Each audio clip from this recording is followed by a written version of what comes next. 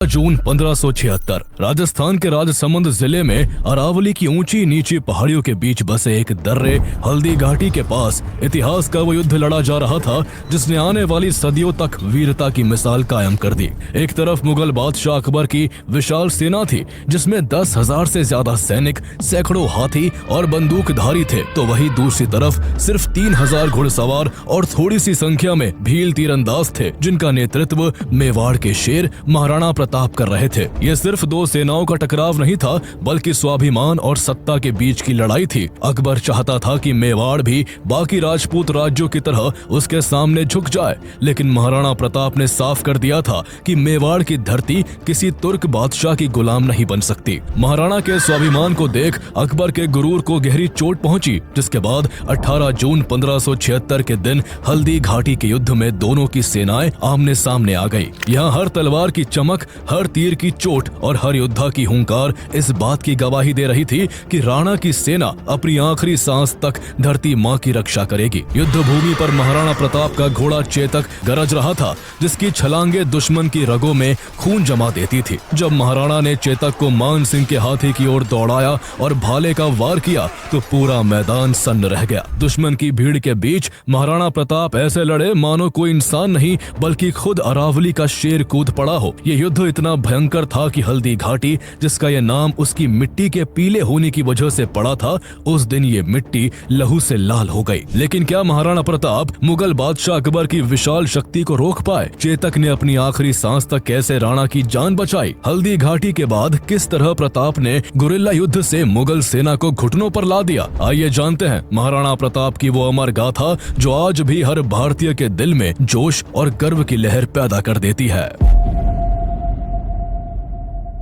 मेवाड़ का गौरव और स्वाभिमान सदियों से चमकता आ रहा था, लेकिन 16वीं सेंचुरी में जब मुगल एम्पायर भारत में अपनी जड़ें जमाने लगा तब मेवाड़ को इस गौरव की सबसे कठिन परीक्षा से गुजरना पड़ा। सेंट्रल एशिया के फरगना से आए तैमूर लंग के वंशज बाबर ने 1526 में फर्स्ट बैटल ऑफ पानीपत में इब्राहिम लोदी को हराकर दिल्ली सल्तनत पर कब्जा कर लिया और भारत में मुगल साम्राज्य की नींव रखी। 1530 में बाबर की मौत के बाद उसका बेटा हुमायूं गद्दी पर बैठा, लेकिन उसका शासन अनस्टेबल रहा। 1540 में शेरशाह सूरी ने उसे हराकर एग्जाइल में भेज दिया। इसी दौरान 9 मई 1540 को मेवाड़ के राणा उदय सिंह और उनकी पहली रानी जयवंता बाई के घर एक बेटे का जन्म हुआ जिसका नाम प्रताप रखा गया। ये मेवाड़ के लिए एक नए युग की शुरुआत थी। प्रताप की माँ एक कृष्ण भक्त थी, इसलिए उन्होंने प्रताप को बचपन से ही महाभारत की कथाएं, भगवान कृष्ण की शिक्षाएं और एथिकल वैल्यूज सिखाई। साथ ही प्रताप को अपने ग्रैंडफादर राणा सांगा और ग्रेट एंसेस्टर बप्पा रावल की वीरता की कहानियां भी सुनाई जाती। राणा सांगा ने फॉरेन इन्वेडर्स के खिलाफ मेवाड़ की रक्षा की थी और बप्पा रावल ने मेवाड़ को एक पावरफुल राज्य बनाया था। इन स्टोरीज ने प्रताप के मन में देशभक्ति और स्वाभिमान की गहरी जड़ें डाल दी। प्रताप का बचपन गुरुकुल और भील समुदाय के बीच बीता। सुबह वो गुरुकुल में वेद, शास्त्र और युद्ध कला सीखते और दोपहर में भीलों की बस्तियों में चले जाते। भील उन्हें प्यार से कीका कहते थे क्योंकि उनकी कम्युनिटी में बेटों को इसी नाम से पुकारा जाता था। भीलों के बीच रहते हुए प्रताप फिजिकली और मेंटली मजबूत होते गए। बहुत कम उम्र में ही वो घोड़ा दौड़ाने, तेज तर्रार तरीके से तलवार चलाने और तीरंदाजी में महारत हासिल कर चुके थे। उनका साहस देखकर लोग दंग रह जाते थे। राणा उदय सिंह के सबसे बड़े बेटे होने के नाते उन्हें राज्य में युवराज की उपाधि मिली और वो आम जनता के बीच इस तरह से घुल मिल गए कि उनकी पॉपुलैरिटी छोटी सी उम्र से ही बढ़ने लगी। उसी बीच राजस्थान की धरती से थोड़ी ही दूर सिंध के अमरकोट में 1542 में हुमायूं के बेटे जलालुद्दीन अकबर का जन्म होता है। अकबर को 1556 में सिर्फ 13 वर्ष की उम्र में ही दिल्ली की गद्दी पर बैठा दिया जाता है। चूँकि अकबर उम्र में छोटा था इसलिए असली शक्ति उसके रीजेंट बैरम खान के पास थी, लेकिन जल्द ही अकबर ने बैरम खान को हटाकर पूरी पावर अपने हाथों में ले ली और अपनी एक्सपेंशनिस्ट पॉलिसी के तहत 1562 में मालवा के शासक बाज बहादुर को सरंगपुर की लड़ाई में हराकर अकबर ने मुगल एम्पायर को लगातार फैलाना शुरू कर दिया। अब उसकी नजर राजस्थान पर थी क्योंकि यहाँ से गुजरात के समुद्र तट तक जाने वाले वाले ट्रेड रूट्स गुजरते थे जो स्ट्रेटेजिकली काफी इंपॉर्टेंट थे। लेकिन उस समय राजस्थान में राजपूतों की वीरता अपने शिखर पर थी। अकबर चाहता था कि वो उसके आगे झुके, इसलिए उसने उन्हें मनाने और दबाने के लिए हर तरीका अपनाया। कभी सेना का जोर दिखाकर, कभी डिप्लोमेसी से, तो कभी शादियों के रिश्ते बनाकर उसने कई राजपूत रियासतों को अपने मुगल साम्राज्य के अंडर कर लिया। आमेर के राजा भारमल ने भी अपनी बेटी हरखा बाई की शादी अकबर से करके मुगलों से संधि कर ली। धीरे धीरे आमेर, मारवाड़ और बूंदी जैसे कई राजपूत राज्य अकबर के अंडर आ गए, जिससे अकबर की शक्ति और बढ़ गई। लेकिन जब एक एक करके राजस्थान के सभी राजपूत राज्य अकबर के आगे झुक गए, तब भी मेवाड़ का राज्य चट्टान की तरह अडिग खड़ा था। मेवाड़ के राणा उदय सिंह ने अपने सिर को अकबर के दरबार में झुकाने से इनकार कर दिया। उदय सिंह ने अकबर को क्लियर मैसेज भेजा कि वो केवल भगवान एकलिंग जी के दीवान हैं और किसी मानव शासक के अधीन रहना वो कभी स्वीकार नहीं करेंगे। इस जवाब से अकबर गुस्से से आग बबूला हो गया और उसने तय किया कि वो मेवाड़ को अपने कंट्रोल में लेकर ही रहेगा। अकबर ने मेवाड़ के चित्तौड़गढ़ किले की घेराबंदी का प्लान बनाया। ये फोर्ट अपनी नेचुरल पोजीशन और मजबूत दीवारों के कारण इम्पेनेट्रेबल माना जाता था। इसकी ऊंची पहाड़ियां, खड़ी ढलानें और विशाल दीवारें इसे लगभग अजय बनाती थी। अकबर की सेना ने सीधे अटैक के बजाय लंबी घेराबंदी की स्ट्रेटेजी अपनाई और फोर्ट के चारों ओर घेरा डालकर मिट्टी के टीले बनवाए, तोपों से हमले किए और सुरंगों में बारूद भरकर विस्फोट किए। कई महीनों की घेराबंदी और बारूदी हमलों की वजह से आखिरकार किले की दीवारें टूट गई और मुगल सेना अंदर घुस गई। लेकिन शौर्य और पराक्रम से भरे राजपूतों ने हार मानने के बजाय अपने सम्मान और धर्म की रक्षा के लिए एक भयंकर लड़ाई लड़ी। जयमल राठौड़ और पत्ता सिसोदिया जैसे ब्रेव सोल्जर्स ने केसरिया कपड़े पहनकर अपनी आखिरी सांस तक लड़ाई लड़ी। जब ये साफ हो गया कि अकबर की विशाल सेना के आगे टिकना असंभव है, तो राजपूत महिलाओं ने जौहर की आग में कूदकर अपनी मर्यादा की रक्षा की। मुगलों की सेना ने किले पर कब्जा करने के बाद गुस्से और बदले की भावना से लगभग फोर्ट पर अकबर की सेना का कब्जा हो जाने के कारण राणा उदय सिंह को चित्तौड़ छोड़कर गोंगुदा में शेल्टर लेना पड़ा। इस समय युवा प्रताप चित्तौड़ में ही रहकर मुगलों से लड़ना चाहते थे, लेकिन बड़ों के कहने पर उन्होंने भी किला छोड़ दिया। गोंगुदा में रहकर राणा उदय सिंह ने उदयपुर शहर की स्थापना की और वहीं से अपना शासन चलाया। यूं तो प्रताप उदय सिंह के सबसे बड़े बेटे थे, लेकिन उदय सिंह ने अपनी सबसे प्रिय रानी धीरबाई के बेटे जगमाल सिंह को अपना उत्तराधिकारी घोषित कर दिया। ये फैसला राजपूत परंपरा के खिलाफ था, जिसके अनुसार गद्दी का हकदार सबसे बड़ा बेटा होता था, जबकि जगमाल उनका 9वां बेटा था। लेकिन पिता की इस इच्छा को प्रताप ने सम्मान देते हुए एक्सेप्ट कर लिया। हालांकि इस फैसले से मेवाड़ की जनता बिल्कुल भी खुश नहीं थी। स्थिति तब और बिगड़ गई जब 1572 में राणा उदय सिंह की डेथ हुई। उनके अंतिम संस्कार में जगमाल सिंह के अलावा मेवाड़ का हर व्यक्ति मौजूद था। जगमाल उस समय महल में अपना राज्याभिषेक करवा रहा था। जगमाल के इस इररिस्पॉन्सिबल बिहेवियर ने सामंतों और जनता को और भड़का दिया। सबकी नजर में प्रताप ही सही उत्तराधिकारी थे, इसलिए सामंतों और सरदारों ने जगमाल को राजगद्दी से हटा दिया और गोगुंदा की पहाड़ियों में मौजूद प्रताप का राज्याभिषेक करते हुए उन्हें मेवाड़ का राणा घोषित कर दिया। राजपूत राज्यों में राजा को राणा कहा जाता था, इसलिए वो प्रताप से अब महाराणा प्रताप बन चुके थे। लेकिन जब महाराणा प्रताप ने सत्ता संभाली, तब मेवाड़ की स्थिति बेहद खराब थी। खजाना खाली था, चित्तौड़ सहित मेवाड़ के बड़े हिस्से पर मुगलों का कब्जा था और आसपास के राज्य पहले ही अकबर के अधीन हो चुके थे। चित्तौड़ की हार की टीस महाराणा प्रताप के दिल में कांटे की तरह चुभ रही थी। सत्ता संभालते ही उन्होंने अपने सरदारों को बुलाया और शपथ ली कि मेवाड़ का स्वाभिमान हमेशा ऊंचा होगा। चित्तौड़ के किले पर लहराता मुगल ध्वज मेरे कलेजे को छलनी करता है। मैं शपथ लेता हूँ कि जब तक मेवाड़ को पूरी तरह स्वतंत्र नहीं करवा लेता, मैं राजमहलों में नहीं रहूंगा, पलंग पर नहीं सोऊंगा और सोने चांदी के बर्तनों में भोजन नहीं करूंगा। 7 फीट 5 इंच लंबे और 110 किलो वजन के महाराणा प्रताप के मुंह से शेर की हुंकार की तरह बरसते इन शब्दों ने सरदारों में ऐसा जोश भर दिया कि वो अब किसी से भी टकराने को तैयार थे। इसके बाद महाराणा प्रताप ने सबसे पहले अपने डिफेंसेस मजबूत किए। उन्हें मालूम था कि कभी न कभी मुगलों से युद्ध होना ही है, इसलिए उन्होंने मेवाड़ में 56 और गोड़वाड़ के इलाकों पर अपनी पकड़ मजबूत की और साथ ही अरावली के जंगलों में रहने वाले भीलों से अपने पुराने रिश्ते और गहरे किए। लोहारों को नए हथियार बनाने का जिम्मा सौंपा गया। सरदारों को लगातार युद्ध कला की प्रैक्टिस करवाई गई और जनता में अपनी मातृभूमि के लिए बलिदान की भावना जगाई गई। इस दौरान अकबर को जब महाराणा प्रताप की तैयारियों की खबर मिली तो वो भी हैरान रह गया। वो जानता था कि महाराणा प्रताप बाकी राजपूत राजाओं की तरह आसानी से सरेंडर नहीं करेंगे, इसलिए उसने फोर्सफुल अटैक के बजाय पहले डिप्लोमेसी का सहारा लिया। 1573 में उसने अपने दरबारी जलाल खान कोर्ची को मेवाड़ भेजा, जिसने महाराणा प्रताप से मुगलों की अधीनता स्वीकार करने की अपील की, लेकिन प्रताप ने साफ इनकार कर दिया। इसके बाद अकबर ने अपने कोर्ट के नवरत्नों में से एक आमेर के राजा मान सिंह को मेवाड़ भेजा। मान सिंह मुगलों के प्रति वफादार था और अकबर का रिश्तेदार भी था। उससे पहले उसके पिता भगवंत दास और अकबर के नवरत्नों में से एक राजा टोडरमल भी अकबर की तरफ से महाराणा प्रताप को मनाने आ चुके थे, मगर सब नाकाम रहे। लेकिन मान सिंह को लगता था कि वो महाराणा प्रताप को अकबर के आगे झुकने के लिए राजी कर लेगा।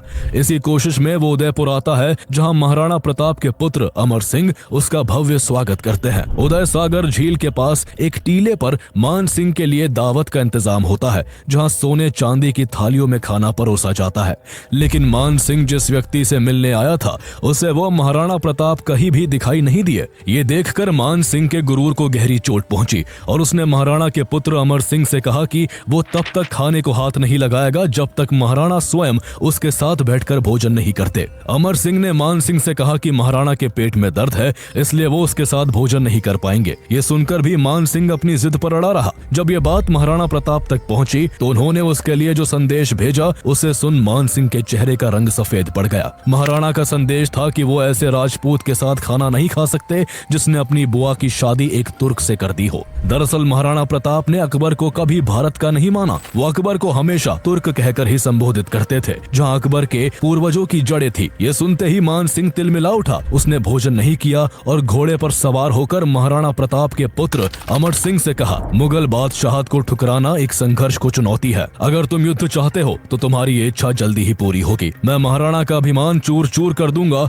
अब हमारी अगली मुलाकात युद्ध भूमि में होगी। तभी अमर सिंह के साथ खड़े भीम सिंह डोडिया ने मान सिंह से व्यंग्य में कहा, जब लड़ने आओ तो अपने फूफा अकबर को साथ लाना मत भूलना। ये सुन मान सिंह और बुरी तरह से बौखला गया। कहते हैं कि मान सिंह के जाने के बाद महाराणा प्रताप ने उन बर्तनों को धुलवाया जिनमें उसे खाना परोसा गया था, ताकि उनकी नजरों में उस पाप को धोया जा सके जो पाप मान सिंह ने अपनी बुआ की अकबर से शादी करवा कर किया था। जब मान सिंह ने अकबर के दरबार में पहुंचकर महाराणा प्रताप द्वारा किए गए ह्यूमिलिएशन की कहानी सुनाई तो अकबर आग बबूला हो उठा। इससे पहले भी वो कई दूतों को भेज चुका था, लेकिन हर बार महाराणा प्रताप ने मुगलों के आगे झुकने से साफ इनकार कर दिया था। गुस्से से भरे अकबर ने अब मेवाड़ को सबक सिखाने की ठान ली। उसने मेवाड़ को अधीन करने के लिए मान सिंह को सेना को लीड करने की जिम्मेदारी सौंप दी। अब तक अकबर के पाले में महाराणा प्रताप के दो भाई भी थे। जगमाल सिंह को जब राजगद्दी से हटाया गया था, तब वो मेवाड़ छोड़कर अकबर की शरण में आ गया था। अकबर ने उसे जहाजपुर की जागीर सौंप दी ताकि वो महाराणा प्रताप के खिलाफ उसका साथ दे सके। इससे पहले महाराणा प्रताप का एक और भाई शक्ति सिंह भी अकबर के रहमो करम पर अपनी जिंदगी काट रहा था।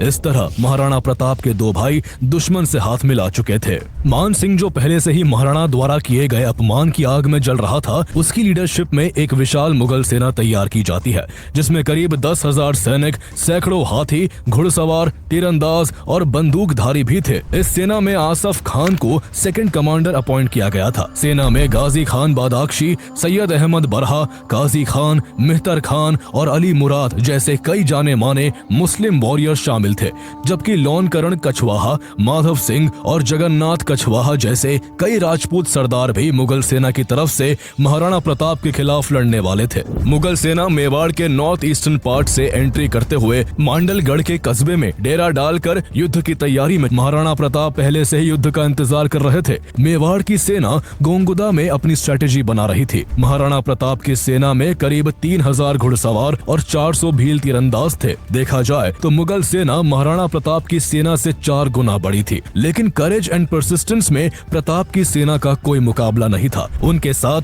बड़ी सादड़ी के झाला मान सिंह, सलूम्बर के कृष्णदास चुंडावत और रावत नेतसी जैसे कई वीर राजपूत सरदार थे। भील जनजाति के मुखिया राव पूंजा ने भी राणा का साथ दिया। एक और खास योद्धा हकीम खान सूर थे, जो शेरशाह सूरी के वंशज थे और मुगलों के खिलाफ अपनी एंसेस्ट्रल एनमिटी के कारण मेवाड़ की सेना के साथ थे। महाराणा प्रताप ने मुगल सेना की तादाद ज्यादा होने की वजह से उसको हल्दी घाटी के दर्रे में घेरने का प्लान बनाया। अपनी पीली रंग की मिट्टी के कारण इस घाटी का नाम हल्दी घाटी पड़ा, जिसके बीच से निकलने का रास्ता इतना नैरो था कि एक साथ ज्यादा सैनिक इसमें से नहीं निकल सकते थे। 18 जून 1576 की सुबह सूरज उगने से पहले ही दोनों शिविरों में हलचल शुरू हो जाती है। महाराणा प्रताप अपनी 3000 की कैवलरी को 2 हिस्सों में बांटते हैं। एक छोटा हिस्सा हकीम खान सूर की लीडरशिप में था, जिसमें रामदास राठौर, कृष्णदास चुंडावत और रावत नेतसी जैसे वॉरियर्स शामिल थे। सेना का मुख्य हिस्सा खुद राणा प्रताप की लीडरशिप में था। इस टुकड़ी में राजा रामशाह तोमर और झालामान सिंह थे। जैसे ही सूरज की पहली किरणें हल्दी घाटी पर पड़ी, युद्ध का बिगुल बज जाता है। मुगल सेना की advance frontline unit Syed Hashim बरहा की लीडरशिप में हल्दी घाटी के वेस्टर्न पार्ट की ओर बढ़ती है। महाराणा प्रताप की सेना पहले से ही तैयार थी। जैसे ही मुगलों की सेना नजदीक आई, मेवाड़ की छोटी टुकड़ी ने बिजली की तरह अचानक तेज हमला बोल दिया। इस सडन एंड शार्प अटैक ने मुगल फ्रंटलाइन यूनिट को पूरी तरह से तितर बितर कर दिया। उबड़ खाबड़ जमीन और कांटों भरे रास्तों ने मुगल सैनिकों को और परेशान किया, जिसकी वजह से एक कंफ्यूजन का माहौल क्रिएट हुआ और हाशिम बरहा की यूनिट पीछे हटते हुए कुछ ही पलों में अपनी ही सेना की एक यूनिट से जा टकराई, जिसका नेतृत्व आसफ खान और जगन्नाथ कछवाहा कर रहे थे। इस अफरा तफरी में मुगल सेना के राजपूत सैनिक भेड़ों की तरह भाग खड़े हुए। इस बीच महाराणा प्रताप की मेन यूनिट ने हल्दी घाटी के मुहाने पर मुगल सेना की दूसरी टुकड़ी पर भी जोरदार हमला बोल दिया, जिसका नेतृत्व काजी खान और शिकरी के शेखजादे कर रहे थे। महाराणा प्रताप की अगुवाई में यह हमला इतना जबरदस्त था कि काजी खान की यूनिट की हालत खराब हो गई और मुगल सेना में भगदड़ मच गई। इसके बाद जैसे ही युद्ध हल्दी घाटी के ऊपरी हिस्से से निकलकर खमनोर के खुले मैदानों में पहुंचा, दोनों सेनाओं को मूव करने की जगह मिल गई और लड़ाई और भी ज्यादा भयंकर हो गई। मेवाड़ की सेना ने अपने इनिशियल अटैक्स में मुगल सेना को पूरी तरह से हिला दिया। जब चारों तरफ से मुगल सेना में हाहाकार मच गया, तब मान सिंह ने खुद युद्ध के मैदान में उतरने का फैसला किया। इस बीच मुगलों की सेना में बंदूकों से फायर करने वाले सैनिक भी थे, जिन्होंने मोर्चा संभालते हुए मेवाड़ की सेना पर गोलियों की बौछार शुरू कर दी। भालों और तलवारों से गोलियों का मुकाबला नहीं हो सकता था, इसलिए इस बार बंदूकधारियों के हमले से मेवाड़ की सेना को भारी नुकसान हुआ और उनके कई सैनिक मारे गए। जब महाराणा प्रताप को लगा कि मुगलों की सेना भारी पड़ती दिख रही है, तो उन्होंने हाथियों को बैटलफील्ड में उतारने का आदेश दिया। इसके बाद युद्ध में हाथियों की एंट्री हुई। मुगल सेना का गजमुख्ता नामक हाथी मैदान में उतरा, जिसका मुकाबला मेवाड़ की सेना के हाथी लोना ने किया। लोना ने गजमुख्ता को बुरी तरह से घायल कर दिया, जो इस वार से मैदान छोड़कर भागने ही वाला था कि तभी एक गोली ने लोना के महावत को मार गिराया, जिस कारण लोना युद्ध से बाहर हो गया। तभी मेवाड़ का सबसे प्रसिद्ध हाथी राम प्रसाद युद्ध में शामिल होता है। राम प्रसाद इतना विशाल था कि उसने मुगल सेना में भारी तबाही मचा दी। मुगल सेना के गजराज और रणमंदर नाम के हाथी भी राम प्रसाद के सामने ज्यादा देर तक टिक नहीं पाए, लेकिन तभी एक तीर ने राम प्रसाद के महावत को भी मार गिराया, जिसके बाद मुगल सेना ने राम प्रसाद को पकड़ लिया। ये इस युद्ध में मुगलों को मिली सबसे बड़ी सफलता थी। इस हाथी को बाद में अकबर को तोहफे में पेश किया गया, जिसके किस्से अकबर ने कई बार सुने थे। अकबर ने उसका नाम बदलकर राम प्रसाद से पीर प्रसाद कर दिया और उसे खाने के लिए एक से बढ़िया एक चीजें दी। लेकिन इस हाथी की वफादारी महाराणा प्रताप के लिए ऐसी थी कि उसने हर स्वादिष्ट खाने को ठुकरा दिया और मुगलों का खाना पानी लिए बिना ही 18 दिन बाद राम प्रसाद की मृत्यु हो गई। राम प्रसाद के पकड़े जाने के बाद महाराणा प्रताप की तलवार पहले से भी ज्यादा चमकने लगती है। अपने प्रिय घोड़े चेतक पर सवार होकर वो मुगल सेना के बीच ऐसे लड़ रहे थे जैसे कोई बिजली कड़क रही हो। उनकी तलवार जिधर घूमती, दुश्मनों के सिर धड़ से अलग हो जाते। इस बीच उनके बहादुर सरदार भीम सिंह दोडिया ने दूर से मुगल सेनापति मान सिंह को देखा, जो अपने हाथी पर बैठा युद्ध का नेतृत्व कर रहा था। भीम सिंह ने एक पल भी नहीं सोचा और मान सिंह की तरफ अपनी पूरी ताकत से भाला फेंका। भाला अपनी दिशा से थोड़ा चूक गया और मान सिंह बाल बाल बच गया। इसी बीच मुगल सोल्जर्स ने भीम सिंह को घेर लिया। अकेले होते हुए भी सरदार भीम सिंह दोडिया ने एक साथ सैकड़ों मुगल योद्धाओं से मुकाबला किया और दर्जनों मुगल सैनिकों को मिट्टी में मिलाकर वीरता से लड़ते हुए रणभूमि में अपनी जान की आहुति दे दी। भीम सिंह को गिरते हुए देखकर महाराणा प्रताप का क्रोध चरम पर पहुंच जाता है। उनकी आंखों में मान सिंह के लिए प्रतिशोध की ज्वाला भड़क उठी और वो अपने घोड़े चेतक को सीधा मान सिंह के हाथी की ओर मोड़ देते हैं। जब राणा का युद्ध घोष जय एकलिंग नाथ पूरे युद्ध के शोर को चीरता हुआ मान सिंह के कानों तक पहुंचा, तो उसकी आत्मा थर्रा उठी। चेतक ने ऐसी रफ्तार पकड़ी कि कोई भी उसे रोक नहीं सका। तलवारों, भालों और तीरों की बौछार के बीच चेतक मान सिंह के हाथी तक पहुंच गया और एक बड़ी छलांग मारते हुए चेतक ने अपने अगले पैर हाथी के दांतों पर रख दिए। इसी पल महाराणा प्रताप ने अपने लंबे भाले से मान सिंह पर जोरदार वार किया। भाला महावत को भेदता हुआ हाथी के हौदे से जा टकराया जिसमें मान सिंह छिपा हुआ था। महावत तुरंत मारा गया और हाथी बेकाबू होकर मुगल सेना के बीच भागने लगा। हाथी को बेकाबू होता देख महाराणा प्रताप को लगा कि भाले की चोट से मान सिंह भी मर गया होगा, इसलिए वो उसे छोड़कर पीछे हट गए। लेकिन ये इस युद्ध का टर्निंग पॉइंट था। अगर यहाँ मान सिंह मारा जाता तो युद्ध यही खत्म हो सकता था, लेकिन वो किस्मत से बच गया था। इस दौरान महाराणा प्रताप के घोड़े चेतक का पैर काफी जख्मी हो गया था, क्योंकि चेतक जब मान सिंह के हाथी की सूंड पर चढ़ा था तब उसकी सूंड पर तलवार बंधी थी, जिसकी तेज धार ने चेतक के पैर को घायल कर दिया था। इस बीच राजा रामशाह तोमर ने भी राणा की रक्षा में अपनी जान दे दी। वो लगातार राणा के सामने एक ढाल बनकर लड़े और मुगल सेना के हमलों को रोकते रहे। उनके तीनों बेटों ने भी अपने पिता के साथ वीरता से लड़ते हुए अपनी जान का बलिदान दे दिया। अभी तुरंत ये लड़की से मिलना है? पोलो ऐप डाउनलोड करो। यहाँ सेक्सी, हॉट से ही ब्रेव वॉरियर्स के कारण अभी तक महाराणा प्रताप की सेना हर मोर्चे पर मुगल सेना से काफी आगे थी। मुगल सैनिक तादाद में ज्यादा होने के बाद भी मेवाड़ की सेना के आगे ढेर हो रहे थे। साफ था कि महाराणा प्रताप और उनकी सेना अपने स्वाभिमान और अपनी मातृभूमि की रक्षा के लिए जंग लड़ रही थी, इसलिए उनके हर वार में एक जोश भरा हुआ था। वही मुगल सेना अपने बादशाह के लालच और विस्तारवादी नीति के कारण युद्ध में थी, जिस वजह से उनका मनोबल राणा की बहादुर सेना के आगे टूटता जा रहा था। इस जगह की कड़ाके की धूप और प्यास से मुगल सेना का हाल और भी बुरा हो चुका था, जबकि मेवाड़ की सेना इस गर्मी की आदी थी। इन सब कारणों से मुगल सेना युद्ध भूमि छोड़कर भागने लगी। ऐसे में युद्ध को हारता देख मेहतर खान, जो बनास नदी के पास मुगल सेना की पिछली टुकड़ी के साथ था, वो एक चालाकी भरी चाल चलता है। वो नगाड़े बजवाकर ये झूठी खबर फैलाता है कि खुद बादशाह अकबर अपनी विशाल सेना के साथ युद्ध में शामिल होने आ रहे हैं। इस खबर ने मुगल सेना में नया जोश भर दिया और जो सैनिक भाग रहे थे वो वापस लौटने लगे। इस झूठी खबर को सच मानकर महाराणा प्रताप की सेना, जो पहले से ही संख्या में कम थी, उसको लगने लगा कि अगर अकबर की अतिरिक्त सेना आ गई तो उनका और भी ज्यादा नुकसान होगा। ऐसे में महाराणा प्रताप के साथी सरदारों ने उनसे अपील की कि वो खुद जंग से बाहर निकल जाए ताकि वो आगे लड़ाई जारी रख सके। ये एक टैक्टिकल रिट्रीट था, इसलिए अपने सरदारों के कई बार कहने पर महाराणा प्रताप पीछे हटने को तैयार हो गए। महाराणा के जंग से बाहर निकलने के लिए मुगल सेना का ध्यान भटकाना जरूरी था। तब युद्ध के मैदान में एक पुराना इतिहास दोहराया जाता है, खानवा का युद्ध, जो 1527 में मुगल बादशाह बाबर और महाराणा प्रताप के दादा राणा सांगा के बीच लड़ा गया था। उसमें झाला अज्जा ने राणा सांगा का भेष धरकर लड़ाई लड़ी थी ताकि राणा सांगा की जान बचाई जा सके। ऐसा ही कुछ हल्दी घाटी की लड़ाई में भी हुआ। महाराणा प्रताप को सेफली बाहर निकालने के लिए झाला मान सिंह ने उनका शाही छत्र लिया और खुद जंग में कूद पड़े। गौर करने की बात यह है कि राणा सांगा की जान बचाने वाले झाला अज्जा इन्हीं झाला मान सिंह के पूर्वज थे। झाला मान सिंह महाराणा प्रताप के रूप में ढलकर मुगल सेना के बीच में काफी अंदर तक घुस गए और अपने साथियों के साथ अंत तक लड़ते हुए वीर गति को प्राप्त हो गए। उनकी इस बहादुरी और बलिदान ने महाराणा प्रताप और उनके कई सैनिकों को सेफली निकलने का मौका दे दिया था। राणा अपने वफादार घोड़े चेतक पर सवार होकर युद्ध के मैदान से निकल गए। चेतक पहले ही मान सिंह के हाथी की सूंड में लगी तलवार से बुरी तरह से घायल हो चुका था। इसके बावजूद जब भागते हुए चेतक के रास्ते में एक बेहद चौड़ी खाई आई, तब उसने एक जोर की छलांग लगाकर उसे भी पार कर लिया और अपनी आखिरी सांस त्यागने से पहले महाराणा को सुरक्षित पहाड़ियों तक पहुंचा दिया। कभी दुश्मनों के आगे हार न मानने वाले और कभी भी कमजोर न पड़ने वाले महाराणा प्रताप चेतक को मृत देख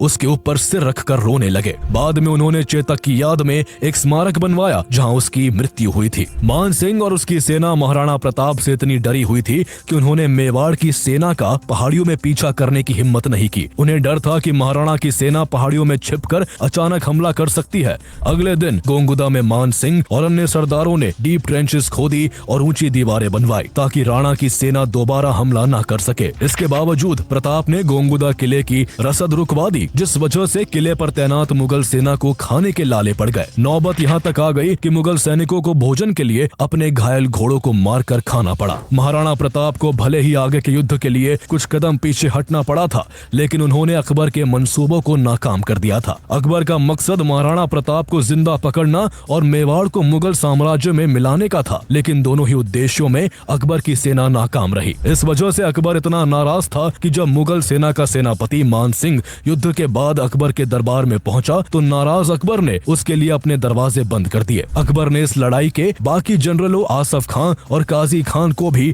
काफी समय तक अपने दरबार में बैठने तक नहीं दिया। दिया। इससे साफ होता है कि अकबर हल्दी घाटी युद्ध के परिणाम से बिल्कुल भी खुश नहीं था। इधर महाराणा प्रताप खुद को और भी स्ट्रॉन्ग करने में लगे हुए थे। इस बीच उन्होंने लड़ाई लड़ने की अपनी स्ट्रेटेजी भी चेंज की। उनकी सेना को गोरिल्ला वॉरफेयर में महारत हासिल थी, इसलिए मुगलों से डायरेक्ट कॉन्फ्रंट्रेशन की जगह इसी के तहत उन्होंने अपने हमले जारी रखे। लोकल भीलों की मदद से महाराणा प्रताप गोरिल्ला युद्ध करने लगे। वो मुगलों पर घात लगाकर हमला करते और फिर जंगलों में गायब हो जाते। ऐसा लगता था कि महाराणा प्रताप 100 जगह एक साथ खड़े हैं। इससे अकबर की सेना का मनोबल टूटने लगा। मुगलों को इतना भय हो गया था कि उन्हें मालूम ही नहीं था कि उन पर कब और कहां से हमला हो जाए। गोरिल्ला युद्ध के कारण मेवाड़ को जीतने निकली मुगल सेना खुद मेवाड़ में कैद होकर रह गई थी। लेकिन महाराणा प्रताप तब तक चैन की सांस नहीं लेने वाले थे जब तक वो अकबर से अपने राज्य का हर हिस्सा वापस नहीं छीन लेते। इसलिए उन्होंने एक और बड़े युद्ध की तैयारी शुरू कर दी। उन्होंने अपने सरदारों को कहा कि धन इकट्ठा करके एक विशाल सेना का निर्माण किया जाए। जब महाराणा प्रताप के बचपन के दोस्त भाबा शाह को पता लगा कि महाराणा को सेना खड़ी करने के लिए पैसे की जरूरत है, तो उन्होंने अपनी सारी दौलत महाराणा प्रताप को सौंप दी। इसके बाद महाराणा प्रताप एक बड़ी सेना को खड़ा करते हैं और हल्दी घाटी युद्ध के 6 साल बाद 1582 में मुगल सेना और महाराणा प्रताप के बीच दिवेर का युद्ध लड़ा जाता है। उनकी सेना दिवेर के पासेस में मुगल ठिकानों पर बिजली की तरह टूट पड़ी। इस युद्ध में मुगल सेना का नेतृत्व अकबर का चाचा सुल्तान खान कर रहा था। महाराणा प्रताप के बेटे अमर सिंह ने सुल्तान खान को भाले के वार से मार गिराया। मुगल कमांडर की मौत के बाद मुगल सेना भाग खड़ी हुई। इस युद्ध में महाराणा प्रताप की निर्णायक जीत हुई और 36,000 मुगल सैनिकों ने महाराणा प्रताप के सामने सरेंडर कर दिया। ये वही जीत थी जिसके लिए महाराणा प्रताप ने हल्दी घाटी के युद्ध में अपने पांव पीछे किए थे। लेकिन इस जीत के बाद भी वो रुके नहीं। उन्होंने आगे बढ़ते हुए एक ही दिन में 36 मुगल पोस्टों को तहस नहस कर दिया और देखते ही देखते राणा की सेना ने कुंभलगढ़, गोगुंदा और उदयपुर को भी वापस जीत लिया। इस दौरान महाराणा प्रताप का मुकाबला अकबर के सेनापति बहलोल खान से भी हुआ था। उसके बारे में कहा जाता था कि वो कभी कोई जंग नहीं हारा था। साथ ही वो इतना जालिम था कि वो लोगों को दर्दनाक तरीके से मारता था। युद्ध में जब बहलोल खान का महाराणा प्रताप से सामना हुआ तो वो थोड़ी देर भी उनके सामने नहीं टिक सका। महाराणा प्रताप ने बहलोल को एक ही वार में चीर दिया। कहा जाता है कि ये वार ऐसा था कि बहलोल उसके घोड़े सहित 2 हिस्सों में बट गया। दिवेर की हार से बौखलाए अकबर ने 1584 में राणा को हराने की आखिरी कोशिश की। उसने जगन्नाथ कछवाहा को प्रताप को बंदी बनाने के लिए भेजा, लेकिन वो बुरी तरह से पराजित हुआ और प्रताप से माफी मांगकर हर्जाना देकर लौटा। अकबर अब ये मान चुका था कि वो इस शेर को कभी कैद नहीं कर पाएगा, इसलिए उसने महाराणा प्रताप को अकेला छोड़ना ही बेहतर समझा। 1585 के बाद मुगल सेना का ध्यान नॉर्थ वेस्ट की ओर चला गया, जिसका फायदा उठाकर महाराणा प्रताप ने मेवाड़ के ज्यादातर हिस्सों को वापस जीत लिया और चामुंड को उन्होंने अपनी नई कैपिटल बना लिया। महाराणा प्रताप मान सिंह को सबक सिखाना चाहते थे, इसलिए उन्होंने अपने बेटे अमर सिंह को सेना के साथ आमेर के मालपुरा पर अटैक करने के लिए भेजा। जल्द ही अमर सिंह की सेना ने मान सिंह की सेना को हराकर उसकी बेशुमार दौलत पर कब्जा कर लिया। इसके बाद अगले 12 सालों तक महाराणा प्रताप ने मेवाड़ पर ऐसा शासन किया कि राज्य की खोई हुई चमक वापस लौट आई। लेकिन 1597 में 56 साल की उम्र में जब महाराणा प्रताप शिकार पर निकले थे, उस समय उन्हें चोट लगी जिससे वो कभी उबर नहीं पाए और उनकी मृत्यु हो गई। उनके निधन से एक युग का अंत हो गया। कहते हैं कि जब उनकी मौत की खबर अकबर को लाहौर में उसके दरबार में दी गई तो वो भी अपने सबसे बहादुर दुश्मन को याद करके रो पड़ा। उस समय राजस्थान के एक मशहूर कवि दुर्सा आड़ा भी अकबर के दरबार में मौजूद थे। उन्होंने उस समय महाराणा प्रताप की मौत की खबर मिलने पर जो कविता लिखी उसका सार था, तुमने कभी अपने घोड़े पर शाही दाग नहीं लगने दिया, तुमने अपनी पगड़ी कभी नहीं झुकाई, तुमने अपने घोड़े पर शाही मोहर नहीं लगने दी, तुम कभी नवरोज में बादशाह से मिलने नहीं आए। आज जब तुम्हारी मृत्यु का समाचार दरबार में आया है, देखो बादशाह का सिर झुक गया है और उसकी आंख से आंसू बह निकले हैं। तुम जीत गए प्रताप। अकबर ने कविता सुनने के बाद दुर्सा आड़ा को इनाम दिया था। इस तरह मृत्यु के बाद भी महाराणा प्रताप अपने दुश्मन से जीत गए थे और वो अपने साहस और वीरता के चलते हमेशा हमेशा के लिए अमर हो गए। उनके बाद उनके बेटे अमर सिंह मेवाड़ के राणा बने। शुरू के करीब 2 दशकों तक उन्होंने भी मुगलों से लड़ाई जारी रखी, लेकिन लंबे संघर्ष के बाद 1615 में उन्होंने मुगलों से समझौता कर लिया, जिसमें चित्तौड़गढ़ वापस मेवाड़ को लौटा दिया गया और ये तय हुआ कि मेवाड़ भले ही मुगलों के अधीन रहेगा, लेकिन उसके महाराणा कभी भी मुगल दरबार में पेश नहीं होंगे।